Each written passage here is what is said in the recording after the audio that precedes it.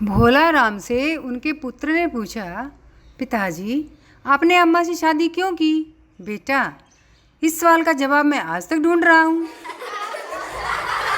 दो व्यक्ति 15 साल बाद फिर मिले। मिलते ही पहले ने पूछा, क्यों भाई, क्या आपकी पत्नी आज भी पहले की ही तरह सुंदर है? दूसरे ने उत्तर दिया, जी हाँ, लेकिन अब उसे सुंदर बनने में बहुत समय खर्च करना पड़ता है। एक बार की बात है, एक वृद्ध सज्जन सड़क पर जाते जाते बेसुध होकर गिर पड़े। देखते ही देखते भीड़ इकट्ठी हो गई। कोई पानी के छींटे मारने की राय देने लगा, कोई जूता सूंघाने को कहने लगा।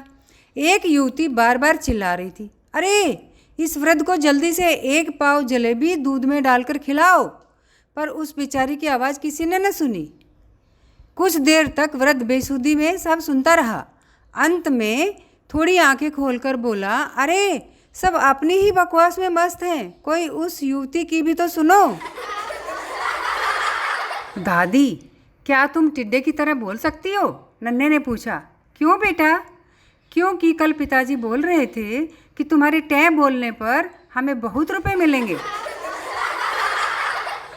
डॉक्टर, जब मैं सोकर उठता हूँ तो आध घंटे तक घुमेरी अनुभव करता हूँ, उसके बाद मैं ठीक हो जाता हूँ। आप बताइए मैं क्या करूँ?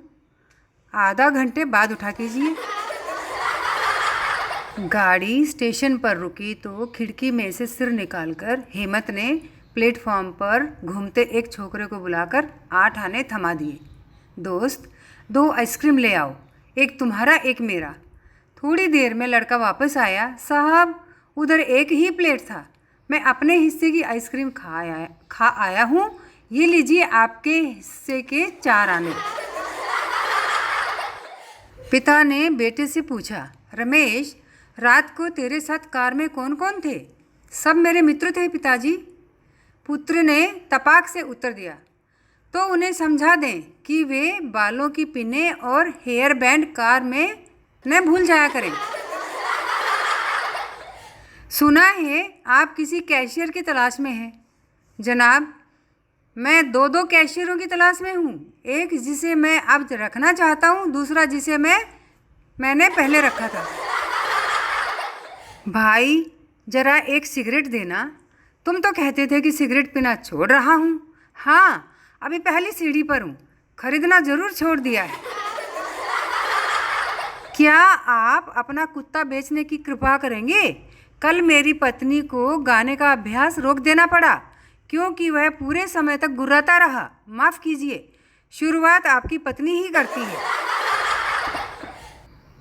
पत्नी फिल्म देखकर लौटते समय पति से, अच्छा सच सच बताओ, फिल्म में इतनी लड़कियां दिखाई दी, पर क्या उनमें से कोई भी मेरे जितनी सुंदर थी? पति, नहीं प्रिय, फिल्म में ही क्यों, सारे संसार में तुम्हारे जैसी सुंदर दूसरी नहीं है। पत्नी, ओहो, कितने अच्छे हो तुम, कितने वफादार, कितने मधुर पति, और कितने डरपोक, है ना? एक महाशय रसोई से, क्यों बे, ये उबला हुआ अंडा ठंडा क्यों है? कहीं तूने इसे ठंडे पानी में तो नहीं उबाल दिया?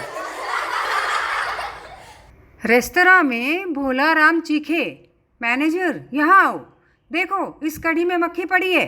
मैनेजर बोला, आपको बधाई हो साहब, मेरे वेटर इस मक्खी को मारने की 2 घंटे से कोशिश कर रहे थे, सफल आप हुए। 2 बीमा एजेंट अपनी अपनी कंपनियों की ईमानदारी और सुव्यवस्था की चर्चा कर रहे थे। एक बोला, श्री कै की मृत्यु के बाद उसके घर वाले जैसे ही उनकी अंत्येष्टि करके घर लौटे, वैसे ही हमारी कंपनी ने उनकी पॉलिसी का रुपया उनके हकदारों को दे दिया। दूसरा बोला, इसमें कौन सी बड़ी जल्दी कर दी गई? अरे, जब श्री ख 7वीं मंजिल से नीचे गिरे तो हमारी कंपनी ने 5वीं मंजिल से गुजरते समय ही उनके हाथ में चेक पकड़ा दिया था। दांत के डॉक्टर की दुकान पर एक स्त्री और उसका पति पहुँचे। मैं एक दांत उखड़वाना चाहती हूँ, स्त्री बोली। और देखिए, सुन्न करने की ज़रूरत नहीं, क्योंकि हमें ज़रा जल्दी है, बस जल्दी से दांत निकाल दीजिए। स्त्री की बहादुरी से डॉक्टर दंग रह गया। आप बहुत हिम्मत वाली हैं। कौन सा दांत है? स्त्री पीछे खड़े पति की ओर मुड़ी। चलो आगे बढ़कर दांत दिखा दो।